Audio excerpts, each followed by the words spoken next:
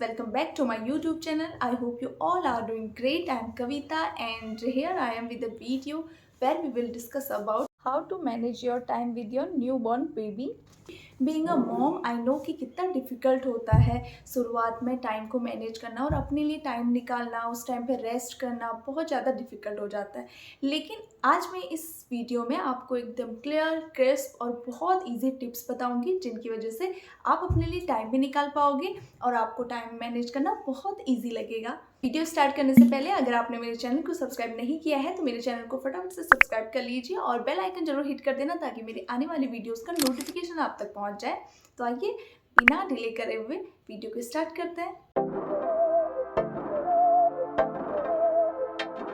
पहली चीज़ जो आपको करनी है, एक रूटीन इस्टेब्लिश करना है। जैसे हम चीज़ों को ऑर्गेनाइज करके रखते हैं तो हमारा जो लाइफ स्टाइल है थोड़ा सा ईजी हो जाता है, वैसे हमको टाइम मैनेज करने में भी रूटीन से बहुत ज़्यादा फ़र्क पड़ जाता है।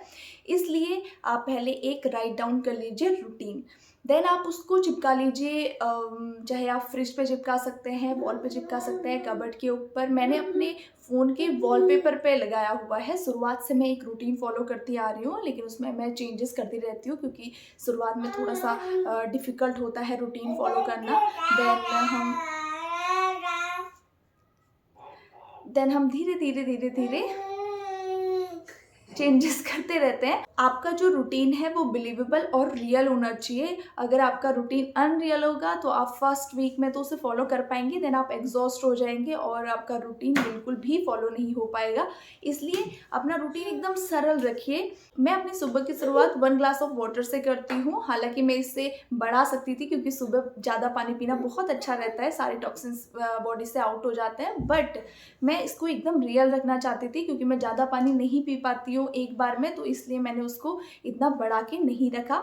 देन मैं शुरुआत करती हूँ, कुछ नट्स ले लेती हूँ और फिर उसके बाद मैं थोड़ी एक्सरसाइज कर लेती हूँ। तो ये एक एग्जांपल था कि मैं बहुत सरल रूटीन फॉलो करती हूँ और पहले मैं अपने एक्सरसाइज को ज़्यादा टाइम नहीं दे पाती थी, लेकिन अभी ग्रेजुअली मैंने थोड़ा सा एक्सरसाइज का टाइम बढ़ा लिया है और बहुत सारे चेंजेस हो रहे हैं अभी भी रूटीन में। तो इस प्रकार से आप भी अपना रूटीन बना लीजिए। Second is prioritise your work. आपको बहुत ज़्यादा मदद मिलेगी इससे। आप डिसाइड कर लीजिए कि आपको कौन से काम बेबी के साथ साथ करने हैं और कौन से काम आप बेबी के सोने के बाद करने वाले हैं। बहुत सारे काम ऐसे होते हैं, डायपर रखना और बेबी के कपड़े तय करके रखना, अपने कपड़े ऑर्गेनाइज करके रखना, और बहुत सारे काम आप कर सकते हैं बेबी के साथ। और बहुत सारे काम ऐसे होते हैं जो आप बेबी के सोने के बाद ही कर सकते हैं, तो उन कामों को एकदम डिवाइड कर लीजिए। इस तरीके से आप काम करेंगे तो आप अपने बेबी के लिए भी टाइम निकाल पाएंगे और जो बाकी के काम आप कर रहे हैं उनमें भी आपका फोकस बना रहेगा। तो इसलिए बहुत ज़्यादा जरूरी है ये चीज़ करना। Third is involve your partner और योर फैमिली। इस टाइम पे बहुत नीड होती है हेल्प की। हम बॉडी से भी बहुत ज़्यादा वीक फील कर रहे होते हैं और बेबी को भी संभालना है, अदर भी अपनी चीज़ें हैं करने के लिए, तो इसलिए ज़रूरी है हम हेल्प के लिए पूछ सकते हैं। अपने पार्टनर से आप हेल्प ले सकते हैं। जैसे रात को बहुत टाइम ऐसा होता है कि बेबी उठते हैं, बेबीज़ का स्केड्यूल शुरुआत में थोड़ा सा डिफरेंट होता है। कुछ बेबीज़ रात को जागते हैं और दिन में वो सोते हैं, तो ज़रूरी है कि आपका जो पार्टनर है या फिर आपकी फैमिली रात को थोड़ी देर के लिए बेबी को संभाल ले ताकि आपको बहुत ज़्यादा एग्जॉस्टेड ना फील हो। आपकी बॉडी को भी रेस्ट मिलना बहुत ज़्यादा ज़रूरी है, तो इसलिए ज़रूरी है कि आप किसी की हेल्प ले। Fourth thing is take breaks. No matter कि आपको कितना टाइम मिल रहा है, 15 मिनट, 10 मिनट, 20 मिनट, आधा घंटा, 1 घंटा, जितना देर आपका बेबी सो रहा है आप उस कीजिए कि आप भी उस टाइम पे सो जाइए। क्योंकि जब भी बेबी उठा रहेगा, एक्टिव रहेगा, तो ऑफ कोर्स आपको उसके साथ जागना है। तो इसलिए ज़रूरी है कि जब बेबी नैपी लेता है तो आप भी थोड़ी सी एक झपकी ले लीजिए, आपको रिफ्रेशिंग फील होगा। वी ऑल नो दैट इस टाइम पे बॉडी रिकवरी पर होती है। अच्छी नींद लेने से रिकवरी एक सर्टेन टाइम में हो जाती है, इसलिए बहुत ज़्यादा ज़रूरी है कि आप ऐसे छोटे छोटे ब्रेक्स लेते रहें और अपनी बॉडी को एकदम अच्छा फील करवाएं। Fifth important thing is be flexible. आपको हमेशा हर सिचुएशन के लिए रेडी रहना है। आपका बेबी अभी बहुत छोटा है, आपको ये याद रखना बहुत ज़्यादा जरूरी है कि आपकी जो प्रायोरिटी है वो आपका बेबी है। इस टाइम पे बहुत सारी ऐसी चीज़ें होती रहती हैं, कई रातें ऐसी जाती हैं कि आप बिल्कुल नहीं सो पाते हैं, कई बार बेबी की हेल्थ को लेकर कुछ इश्यूज हो जाते हैं, तो आपको हमेशा रेडी रहना है। हर सिचुएशन में उसके अनुसार वर्क करना है, क्योंकि आफ्टर पोस्टपार्टम हम मेंटली भी स्ट्रेस फील करते हैं और फिजिकली भी स्ट्रेस फील करते हैं और बहुत सारी चीज़ें माइंड में चल रही होती हैं, वो आप लोग समझ रहे होंगे कि न्यू बेबी के साथ सारा चीज़ें एकदम से मैनेज करना बहुत ज़्यादा डिफ़िकल्ट हो जाता है। तो उस टाइम पे जो डिप्रेशन है, एंग्ज़ायटी है, इस तरीके की चीज़ें बढ़ती हैं। बट इसके लिए हमको मेंटली प्रिपेयर रहना है। बहुत सारी चीज़ें हैं करने के लिए जिनसे हम इस चीज़ों को डिस्ट्रैक्ट कर सकते हैं। बट अगर ये चीज़ें आपके साथ ज़्यादा हो रही है तो फिर आपको अपने डॉक्टर से बात करनी चाहिए। Next very important thing is आपको अपना ध्यान रखना है। आपको अच्छा खाना खाना है, एकदम हेल्दी खाना हो, और आपको सफिशिएंट पानी पीना है और अपने रेस्ट टाइम का ध्यान रखना है। ये चीज़ें अगर आप करते हैं तो आपकी आधी प्रॉब्लम सॉल्व हो जाती हैं।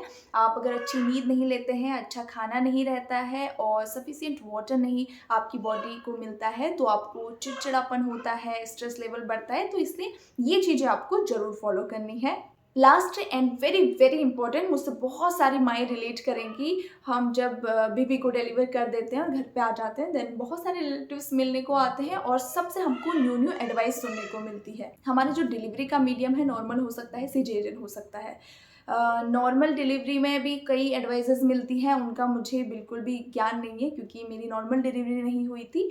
बट सिजेरियन डिलीवरी में बहुत सारी एडवाइसेस मुझे मिली थी, जैसे सिजेरियन डिलीवरी क्यों हो गई, कैसे हो गई, ये एक तरीके का जो ब्लेम होता है आप पे कि आपने सफिशिएंट एक्सरसाइज नहीं की होगी, आपने घर का काम नहीं किया होगा। इस तरीके की बातें करते हैं तो इसका असर मेंटली बहुत ज़्यादा पड़ जाता है, गुस्सा आता है।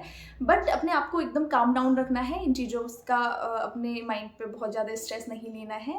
साथ में हमको ये चीज़ें भी लोग बोलते हैं कि आपको क्या पता कि पेन क्या होता है, आपका तो सिजेरियन डिलीवरी हुआ था, नॉर्मल डिलीवरी में बहुत ज़्यादा पेन होता है। बट ऐसा नहीं है। सिजेरियन डिलीवरी में 7 परतें कटती हैं और फिर उसके बाद स्टिचेस लगते हैं और बाद में जब एनेस्थीसिया का असर कम होता है उसके बाद का जो दर्द है, उठने में दर्द होता है, बैठने में दर्द होता है, लेटने में दर्द होता है, जब हम स्टूल पास करने जाते हैं, पी पास करने जाते हैं, उसमें दर्द होता है। मतलब ये एक ऐसा कहना कि आपका सिजेरियन हुआ है, नॉर्मल डिलीवरी ज़्यादा डिफ़िकल्ट है, ये बहुत ईज़ी है। बट इसको हम फ़ील कर पाते हैं जिनके साथ ये हुआ होता है। तो इसलिए इन चीज़ों का बिल्कुल भी स्ट्रेस ना लें क्योंकि ये सबके साथ होता है। ऐसे एडवाइसेस और ऐसे ब्लेम सबको मिलते हैं।